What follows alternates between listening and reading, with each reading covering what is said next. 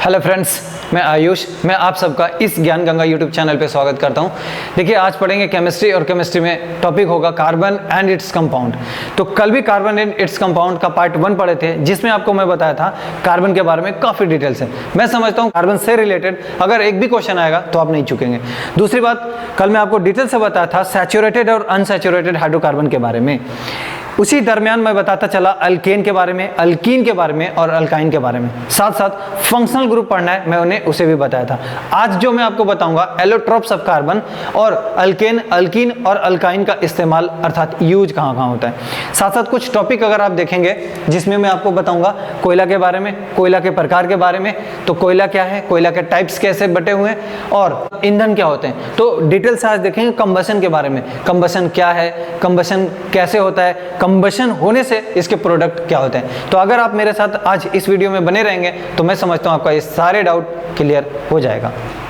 देखिए, कार्बन के अप्रूप, सबसे पहले एलोट्रोप्स ऑफ कार्बन में अगर आप देखेंगे तो 3 अप्रूप मिलेगा देखने को, हीरा, ग्रेफाइट और फुलेरिन। तीनों से क्वेश्चन बहुत ज़्यादा आते हैं, तो तीनों को आपको ध्यान में रखना है। कोई भी पीसीएस का एग्जाम हो और इससे क्वेश्चन नहीं आए हो, ऐसा नहीं हो सकता। आप जरूर क्वेश्चन बैंक चेक करें, देखेंगे कि बहुत ज़्यादा इससे क्वेश्चन आया हुआ है। सबसे पहले हीरा और ग्रेफाइट के बारे में आपको बता दूं कि इसके रासायनिक गुण समान होंगे किंतु भौतिक गुण अलग अलग होंगे। तो आपको पढ़ना चाहिए भौतिक गुण क्या अलग अलग होंगे। मैं दोनों के बारे में अलग से आपको समझाता हूं। सबसे पहले है डायमंड अर्थात हीरा। देखिए, सर्वाधिक कठोर पदार्थ, ये भी क्वेश्चन पूछा गया कि सबसे ज़्यादा कठोर पदार्थ क्या है, तो आपको बताना होगा हीरा।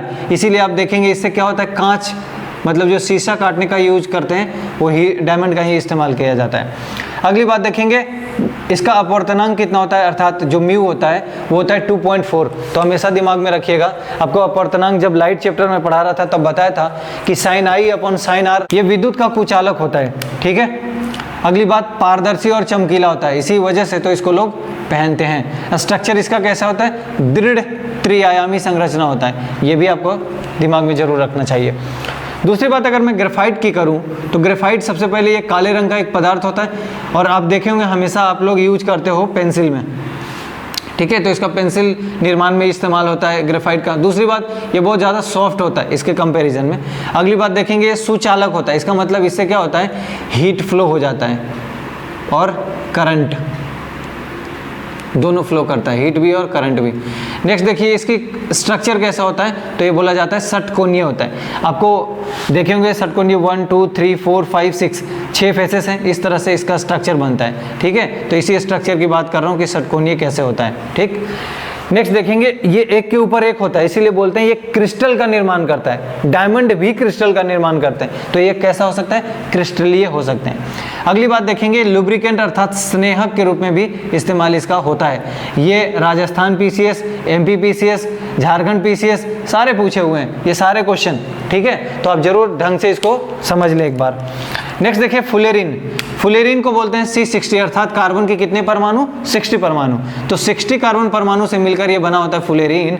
इसके स्ट्रक्चर की बात करो तो ये फुटबॉल की भांति संरचना होती है, नजर आता है। ये वाली संरचना की मैं बात कर रहा हूँ आपसे, ठीक। इसमें बोला जाता है 20 हेक्सागोनल और 12 पेंटागोनल स्ट्रक्चर होता है। पेंटागोन का मतलब जिसका 5 फेस हो, 1 2 3 4 5। इसमें देखेंगे 1 2 3 4 5 6। समझ गए हेक्सागोनल कैसे होगा और पेंटागोनल कैसे होगा। ये भी क्वेश्चन कई बार पूछता है, कितना होता है 12 और ये होता है 20। कभी भी आप जो फुटबॉल पूरा का पूरा हेक्सागोनल नहीं हो सकता, अगर पूरा हेक्सागोनल होगा तो कभी भी फुटबॉल गोल नहीं होगा। सेम चीज़ यहाँ पे है, ठीक। नेक्स्ट चीज मैं आपको कल भी बताया था अल्केन, अल्कीन और अल्काइन के बारे में, थोड़ा मैं अभी आपको डिटेल से बताने की कोशिश करता हूँ। सबसे पहले देखिए अल्केन, दिमाग में क्या रखना है, ANE। ये क्या फार्मूला कल मैं आपको बताया था, CnH2n+2। नेक्स्ट ये भी बताया था कि ये संतृप्त हाइड्रोकार्बन होगा अर्थात सैचुरेटेड हाइड्रोकार्बन होगा। अगली बात ये भी कल बताया था कि कार्बन और कार्बन के बीच में हमेशा सिंगल बॉन्ड बनेगा, ठीक। लेकिन आज जो नया है वो है यूज जानना। इसका यूज कहाँ होता है, देखिए ईंधन के रूप में होता है, फ्यूल के रूप में होता है। जैसे आप लोग मीथेन पढ़ते हो CH4, ब्यूटेन पढ़ते हो C4H10। आपसे पूछा जाता है ना कई बार कि लाइटर में कौन सी गैस होती है, ब्यूटेन। अगली बात देखिए, कार्बनिक यौगिक का निर्माण करने के लिए भी अल्केन का इस्तेमाल किया जाता है। साथ साथ कार्बन ब्लैक निर्माण के लिए भी अल्केन का ही इस्तेमाल होता है। तो ओवरऑल ये अल्केन से इससे ज़्यादा क्वेश्चन नहीं आया है और आगे भी उम्मीद करता हूँ नहीं आना चाहिए। नेक्स्ट देखिए अल्कीन। तो आप अल्कीन में क्या देखेंगे, एक नया चीज आपको दिखने को मिलेगा ENE, बस यही चीज दिमाग में रखना है। फॉर्मूला क्या होगा, CnH2n, कल बताया था। ये भी एक असंतृप्त हाइड्रोकार्बन है। दूसरी बात देखेंगे तो इसके बीच में क्या होता है, डबल बॉन्ड होता है, C डबल बॉन्ड C, ठीक है, तो double bond between 2 carbon atom. Next देखेंगे ये जल में क्या होता है, अघुलनशील होता है, अर्थात ये जल में नहीं घुल सकता है, ठीक। इसका यूज से क्वेश्चन आता है, देखिए पॉलीथीन निर्माण में इस्तेमाल किया जाता है, साथ साथ कृत्रिम रेशा के लिए यूज होता है, और मस्टर्ड गैस निर्माण में इसका इस्तेमाल होता है, और ये मस्टर्ड गैस बहुत ज़्यादा विनाशकारी होता है, ठीक है, बहुत भयावह होता है, ना यूज हो तो ज़्यादा अच्छा है। नेक्स्ट देखिए अल्काइन, अल्काइन का फार्मूला क्या होगा, CnH2n-2, कल पढ़े थे। ये एक असंतृप्त हाइड्रोकार्बन होगा, और कार्बन के बीच क्या होगा, ट्रिपल बॉन्ड होगा। मैं समझता हूँ अब आप लोग को अल्केन, अल्कीन, अल्काइन में बिल्कुल क्लियरिटी आ गई होगी। इसका यूज क्या होता है वो देखिए, इसका यूज होता है बेंजीन के निर्माण में, प्लास्टिक निर्माण में, कच्चे फलों को पकाने के लिए इस्तेमाल किया जाता है। ये क्वेश्चन बहुत ज़्यादा बार एग्जाम में पूछा गया है। साथ साथ आप अगर देखेंगे फ्लेम प्राप्त करने के लिए, फ्लेम का मतलब होता है ज्वाला, जो कुछ जल रहा होता है तो आप देखेंगे उससे क्या होता है, फ्लेम निकलता है, और वो फ्लेम जैसे आप कैंडल जलाते हो तो जो फ्लेम बन रहा होता है उसी की बात कर रहा हूँ। इस तरह से अगर ये कैंडल है, कोई इस तरह का फ्लेम बन रहा है तो उसकी बात हो रही है, समझ पा रहे हैं। तो ये फ्लेम निर्माण में होता है, और एक्चुअली जब धातु का वेल्डिंग करते हैं तब उसका इस्तेमाल बहुत ज़्यादा होता है, ठीक है। नेक्स्ट देखिए कार्बन यौगिकों के रासायनिक गुणधर्म, ये इंपॉर्टेंट टॉपिक है एक आपके सामने, इसको भी आपको समझाता हूँ बहुत सरल तरीके से।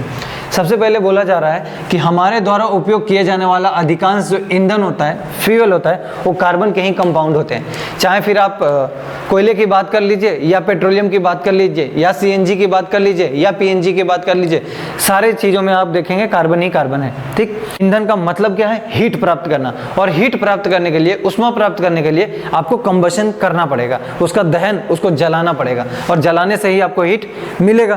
तो अब आप समझिए दहन क्या चीज़ है। देखिए कार्बन ऑक्सीजन के दहन से ऊष्मा मतलब हीट और लाइट, प्रकाश के साथ साथ जो मिलता है वो है हमेशा CO2 का निर्माण होता है, ठीक है। जैसे कुछ एग्जाम्पल के थ्रू मैं आपको बहुत आसानी से समझा पाऊंगा। कार्बन है, देखिए कार्बन ऑक्सीजन के साथ बर्न करेगा तो क्या मिलेगा, CO2 तो मिलेगा, कुछ मात्रा में हीट और लाइट भी मिलता है। उसी तरह से मीथेन, आप CH4 समझ पा रहे होंगे, तो मीथेन को अगर ऑक्सीजन के साथ बर्न कराया जाएगा, जलाया जाएगा, तो यहाँ पे CO2 मिलेगा, हीट मिलेगा और लाइट मिलेगा, कुछ मात्रा में यहाँ पे H2O भी देखने को मिलता है, ठीक है। अगली बात देखिए CH3CH2OH, सबसे पहले इसका नाम क्या होगा, अल्कोहल भी बोलते हैं, मैं आपको अभी समझाता हूँ। प्लस ऑक्सीजन के साथ इसको भी कंबशन कराएंगे तो CO2, कार्बन डाइऑक्साइड, हीट और लाइट का निर्माण होगा या मिलेगा। अगली बात, संतृप्त हाइड्रोकार्बन के स्वच्छ ज्वाला। देखिए जो संतृप्त हाइड्रोकार्बन होगा उससे हमेशा स्वच्छ मतलब साफ ज्वाला दिखेगा। जैसे आप देखे होंगे अगर LPG गैस जलाते हैं तो शुरुआत में अगर गैस है, अगर LPG आपके सिलेंडर में है तो सही से एकदम ब्लू फ्लेम में जलता है, किंतु जब वो समाप्त होने वाला होता है तो आपको एक इंडिकेशन होता है, वो येलो जलता है, साथ साथ आपका बर्तन काला होने लग जाता है। ये आपने ऑब्जर्व किया होगा। तो देखिए मैं क्या बोल रहा हूँ कि संतृप्त हाइड्रोकार्बन से स्वच्छ ज्वाला मिलेगा और वो लगभग ब्लू कलर का होगा, लेकिन असंतृप्त हाइड्रोकार्बन से पीली ज्वाला होगा और ये धुआं थोड़ा क्रिएट करता है। तो LPG वाला जो मैं एग्जांपल दे रहा हूँ ये असंतृप्त के साथ सेट नहीं होएगा, जो अनसैचुरेटेड हाइड्रोकार्बन है उसके साथ ये सेट होगा, ठीक है।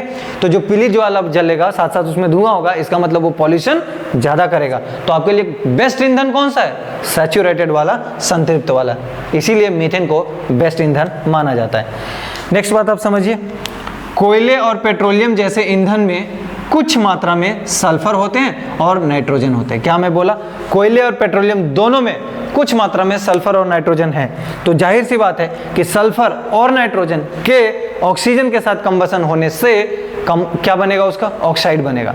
इसका मतलब सल्फर का ऑक्साइड बनेगा और नाइट्रोजन का ऑक्साइड बनेगा, और ये दोनों ऑक्साइड उचित नहीं है, क्योंकि अगर आप अम्लीय वर्षा पढ़े होंगे कभी तो आपको दिमाग में होगा कि सल्फर के ऑक्साइड और नाइट्रोजन के ऑक्साइड अम्लीय वर्षा के लिए मुख्य रूप से उत्तरदायी होते हैं। यही चीज़ यहाँ समझिए आप कि सल्फर और नाइट्रोजन का कंबशन अगर होगा तो क्या होगा, सल्फर का ऑक्साइड बनेगा और नाइट्रोजन का ऑक्साइड बनेगा, और ये पर्यावरणीय प्रदूषण को बढ़ावा देता है, इसीलिए नाराजगी व्यक्त किया हूं मैं आपके सामने, ठीक है। नेक्स्ट बात समझिए, जलते हुए पदार्थ में ज्वाला जो होता है, फ्लेम होता है, कई बार हो भी सकता है, कई बार नहीं भी हो सकता है। ये जरूरी नहीं है कि फ्लेम अगर नहीं है तो वो ईंधन हीट नहीं देगा, समझ पा रहे हैं? जैसे मैं आपको सामने बताता हूँ, मोमबत्ती है और गैस स्टोव है। कई बार आप देखेंगे कि मोमबत्ती हमेशा जब भी कैंडल को आप जलाओगे, फिर से मैं आपके सामने एक बार कैंडल बनाना चाहूँगा। अगर आप कैंडल को जलाओगे तो हमेशा क्या होगा, ये फ्लेम के साथ जलेगा। समझ पा रहे हैं? ये जरूर आपको देखने को मिलेगा अगर ये बत्ती है तो। अगर मोमबत्ती देखें जलाए आप तो एक फ्लेम मिला, गैस स्टोव के साथ एक फ्लेम मिलेगा, किंतु आपने कभी कोयला जलाया होगा या लकड़ी जलाया होगा तो यहाँ पे फ्लेम नहीं मिलता, बल्कि रेड होके बस हीट दे रहा होता है।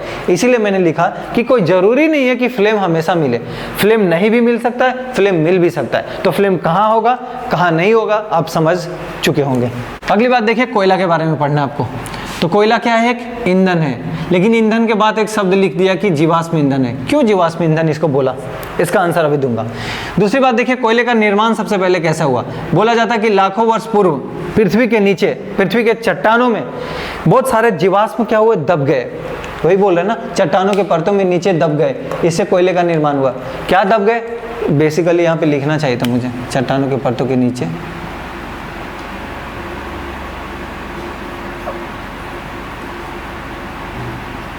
पेड़ों के अवशेष।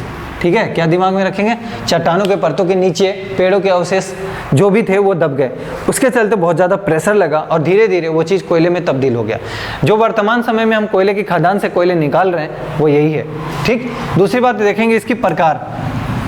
ठीक, तो प्रकार में देखेंगे 4 टाइप का होता है, बेसिकली परसेंटेज ऑफ कार्बन के आधार पर। तो यहाँ पे देखेंगे एंथ्रासाइट, बिटुमिनस, लिग्नाइट और पीट, यही 4 टाइप है मेरे भाई। कई बार आपके सामने ये क्वेश्चन आया हुआ होगा और बोलता है कि इन्हें कार्बन सबसे ज्यादा किस में होता है, आंसर क्या बोलेंगे? एंथ्रासाइट। सबसे कम किस में होता है, आंसर क्या बोलेंगे? पीट। एंथ्रासाइट के बाद किस में होता है? बिटुमिनस, और उसके बाद किस में? लिग्नाइट, और उसके बाद किस में? पीट में।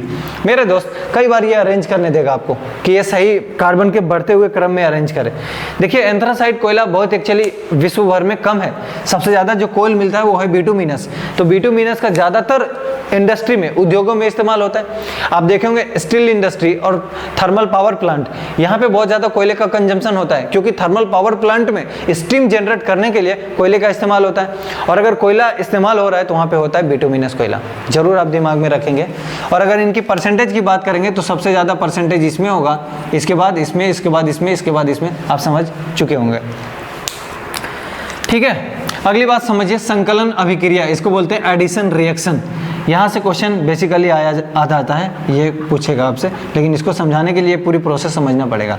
देखिए निकेल और पैलेडियम जैसे उत्प्रेरक मतलब कैटलिस्ट की उपस्थिति में असंतृप्त हाइड्रोकार्बन जो होगा, अनसैचुरेटेड हाइड्रोकार्बन जो होगा, उसमें हाइड्रोजन का एडिशन करके सैचुरेटेड में बदल लेते हैं। क्या मैं बोला कि अनसैचुरेटेड से हाइड्रोजन एडिशन करा के सैचुरेटेड में तब्दील करा देंगे, यही कहलाता है हाइड्रोजनेशन। ठीक है, या हाइड्रोजनीकरण बोल सकते हो आप। क्लियर?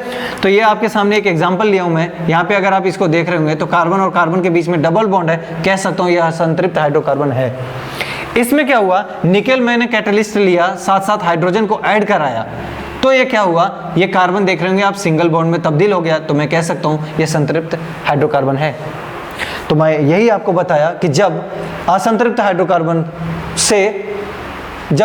हाइड्रोकार्बन में हाइड्रोजन जोड़ देंगे तो क्या हो जाएगा, संतृप्त हाइड्रोकार्बन में बदल जाएगा। ये हो रहा है यहाँ पे, और इसी को बोलते हैं हाइड्रोजनेशन। कई बार आपसे ये बोलेगा कि वनस्पति तेल से वसा तेल में कैसे बदलते हैं, तो यही प्रोसेस होता है बदलने के लिए, और ये बहुत ज़्यादा लाभदायक होता है वनस्पति तेल। वनस्पति तेल यूज करना चाहिए, ये हेल्थ के लिए बहुत अच्छा माना जाता है।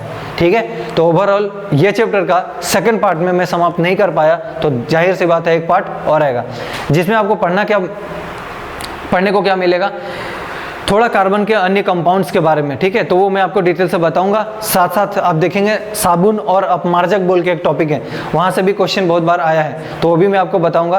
कई बार आप देखेंगे एसिटिलीन के बारे में पढ़ना है, साथ साथ मिथेनोइक एसिड के बारे में पढ़ना है, एथेनोइक एसिड के बारे में पढ़ना है, साइट्रिक एसिड के बारे में पढ़ना है। तो ये जो सारी चीज़ें हैं वो यहीं पर मिलेगा अगले लेक्चर में, तो उसके लिए आपको कल इंतजार करना पड़ेगा। और कल संडे है, तो कल करंट अफेयर्स का क्लासेस होगा, मतलब मंडे को आपको इसका जो रेस्ट पार्ट है वो आपको दे दिया जाएगा। ठीक है, धन्यवाद।